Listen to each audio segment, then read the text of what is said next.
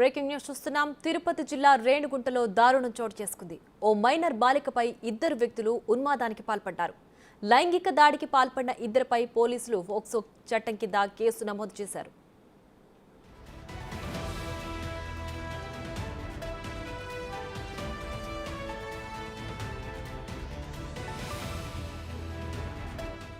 అభిరామ్ పేరుతో పరిచయమైన మహమ్మద్ షఫీ అనే యువకుడితో బాధితురాలు ప్రేమలో పడింది.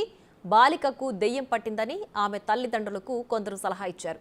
దీంతో రేణిగుంటలోని రాజరాజేశ్వరి ఆశ్రమం స్వామీజీని పేరెంట్స్ ఆశ్రయించారు. బాలిక మానసిక స్థితి బాగోలేదని, అర్ధరాత్రి ఒంటరిగా పూజలు చేయాలని చెప్పి మైనర్పై ఆశ్రమ నిర్వాహకుడు లైంగిక దాడికి పాల్పడ్డాడు.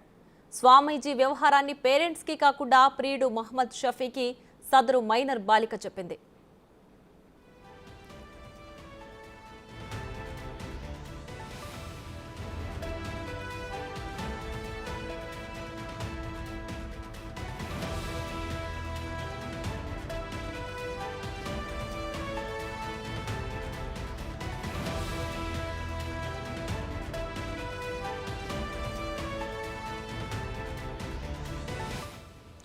మూర్తి స్వామి దొంగ అవతారాన్ని బయట పెడతానని షఫీ బాధితురాల్ని నమ్మించాడు. ఇద్దరు స్నేహితుల సహాయంతో ఆశ్రమం నుంచి మైనర్ బాలికను మహమ్మద్ షఫీ తీసుకెళ్లాడు. ఆశ్రమంలో కూతురు కనిపించకపోవడంతో బాధితురాలి పేరెంట్స్ గాజుల మాండ్యం పోలీస్ స్టేషన్లో ఫిర్యాదు చేశారు.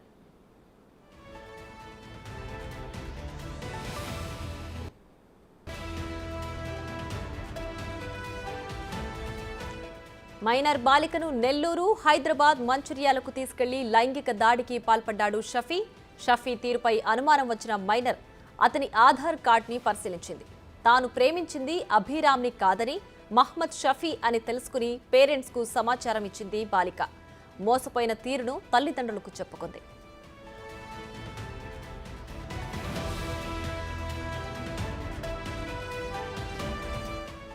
బాధితురాలి పేరెంట్స్ ఫిర్యాదుతో రంగంలోకి దిగిన పోలీసులు మైనర్ బాలికను రేణిగుంటకు తీసుకొచ్చారు. అలాగే మహమ్మద్ షఫీతో పాటు మరో ఇద్దరు యువకులను అదుపులోకి తీసుకున్నారు. మహమ్మద్ షఫీ, ఆశ్రమ నిర్వాహకుడు మూర్తి స్వామీజీలపై పోక్సో యాక్ట్ కింద కేసు నమోదు చేయగా రాజరాజేశ్వరి దేవి ఆలయం స్వామీజీ మూర్తి పరారీలో ఉన్నారని పోలీసులు వెల్లడించారు.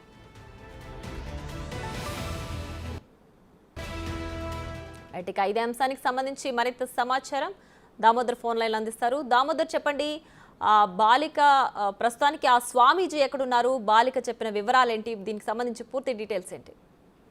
ప్రియా, డిసెంబర్ నెలలో ఏదైతే మైనర్ బాలికకు షఫీ అభిరామ్ పేరుతో పరిచయం కావడం, ఆ తర్వాత ఆ అమ్మాయి ఇంట్లో నుంచి డబ్బు, నగదు, బంగారం తీసుకెళ్లడం, ఆ అమ్మాయి తల్లిదండ్రులు అమ్మాయికి దయ్యం పట్టిందనే అనుమానంతో అమ్మాయిని రాజరాజేశ్వరి ఆశ్రమంలోని స్వామీజీ కోదండరామ స్వామి అలియాస్ మూర్తి స్వామి దగ్గర పూజకు ఉంచడం, పూజ సమయంలో అమ్మాయి మీద 3 రోజుల పాటు అత్యాచారానికి మూర్తి స్వామి పాల్పడ్డాడని ఆరోపణ చేయడం, ఆ తర్వాత ఆ నేపథ్యంలో ఆ విషయాన్ని తల్లిదండ్రులకు చెప్పకుండా నేరుగా ఏదైతే తన ప్రియుడు అభిరామ్కి చెప్పడం, అభిరామ్ ఆ అమ్మాయిని బలవంతంగా కారులో ఆ అమ్మాయిని తీసుకుని వెళ్లి మంచిర్యాలలో వివాహం చేసుకుని, ఆ తర్వాత ఆ అమ్మాయి అతను హిందూ కాదు ముస్లిం, అతని పేరు షఫీ అని గుర్తించి తల్లిదండ్రులకు తెలియజేయడము, ఆ తర్వాత తిరిగి రావడం ఈ వ్యవహారం జరిగింది. ఈ సమయంలో మూర్తి స్వామి తన పైన 3 రోజుల పాటు అత్యాచారానికి పాల్పడ్డాడనే విషయాన్ని తల్లిదండ్రులకు చెప్పడంతో అటు మూర్తితో పాటు ఏదైతే అభిరామ్ అలియాస్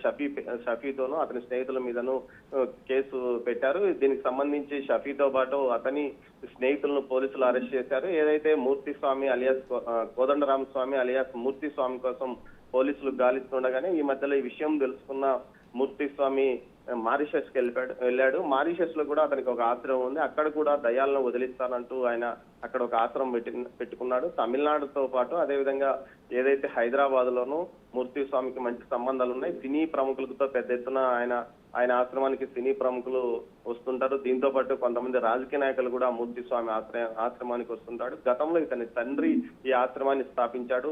అప్పట్లో ఒక మాజీ ముఖ్యమంత్రి భార్య కూడా ఇక్కడ ఒక చండీ హోమం నిర్వహించింది పెద్ద ఎత్తున. మొత్తం మీద ఈ మూర్తి స్వామికి రాజకీయంగానూ అటు సినీ పరిశ్రమలోనూ పలుకుబడి ఉంది. ఈ నేపథ్యంలో మూర్తి స్వామితో పాటు స్వామీజీ మీద కూడా షఫీ మీద కూడా పోక్సో కింద కేసు నమోదు చేశారు. ప్రస్తుతం మారిషస్ లో ఉన్న స్వామిని పట్టుకోవడానికి లుకౌట్ నోటీసులు జారీ చేయడానికి పోలీసులు ప్రయత్నిస్తున్నారు. మొత్తం మీద అయితే ఈ ఆశ్రమంలో ఇలాంటి అరాచకాలు పెద్ద ఎత్తున జరుగుతున్నాయని గతంలో ప్రజా సంఘాల వాళ్ళు ఆందోళన చేసినప్పటికీ పోలీసులు కానీ మిగతా ఏదైతే రాజకీయ పలుకుబడి ఉండడం వల్ల ఎవరూ పట్టించుకోలేదు. ఎట్టకేలకు ఈ అమ్మాయి విషయం బయటకు పడ్డ తర్వాత స్వామి ఆశ్రమానికి తాళం వేసి బయటికి వెళ్లిపోయిన పరిస్థితి కనిపిస్తుంది. ప్రియా.